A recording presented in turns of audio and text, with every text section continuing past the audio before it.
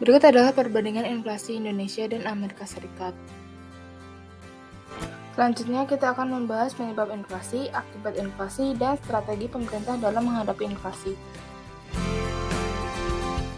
Penyebab inflasi yang pertama, gangguan pasokan akibat COVID-19 dan harga pangan yang lebih tinggi akibat kekeringan yang rusak panen. Sejak pandemi COVID, pemerintah Amerika mengesahkan undang-undang stimulus senilai 1,9 triliun US dollar untuk melindungi rumah tangga dan bisnis.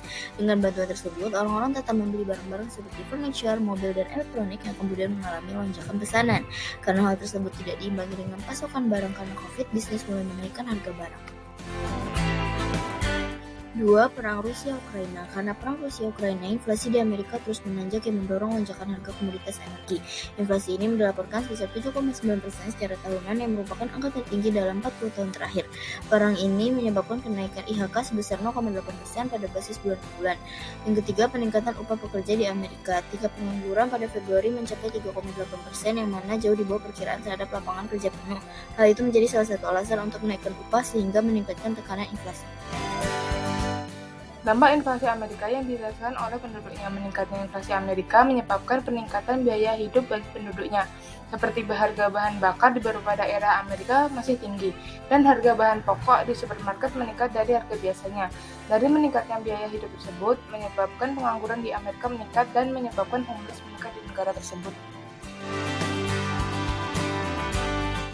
Strategi pemerintah dalam menghadapi inflasi. Meskipun Amerika Serikat mengalami penurunan inflasi, bukan berarti Amerika bisa bebas dari resesi. Hal ini dikarenakan inflasi 7,7% secara tahunan masih terlalu tinggi dan jauh dari target Bank Sentral sebesar 2%. Maka dari itu, Amerika harus tetap berusaha untuk menurunkan inflasi.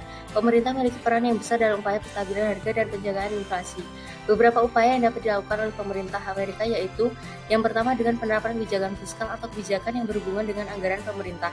Contohnya menaikkan tarif pajak, mengurangi pengeluaran anggaran, dan melakukan peminjaman. Kedua, kebijakan moneter atau kebijakan pemerintah mengatur peredaran uang. Misalnya pengaturan tingkat suku bunga di mana Bank Sentral Amerika Serikat dapat menaikkan suku bunga dengan tujuan masyarakat terdorong untuk menyimpan uang di bank dan uang yang beredar dapat berkurang. Ketiga, kebijakan non-moneter dan non-fiskal. Pemerintah Amerika Serikat dapat menetapkan harga maksimum suatu produk, menstabilkan pendapatan masyarakat, dan mempermudah proses impor.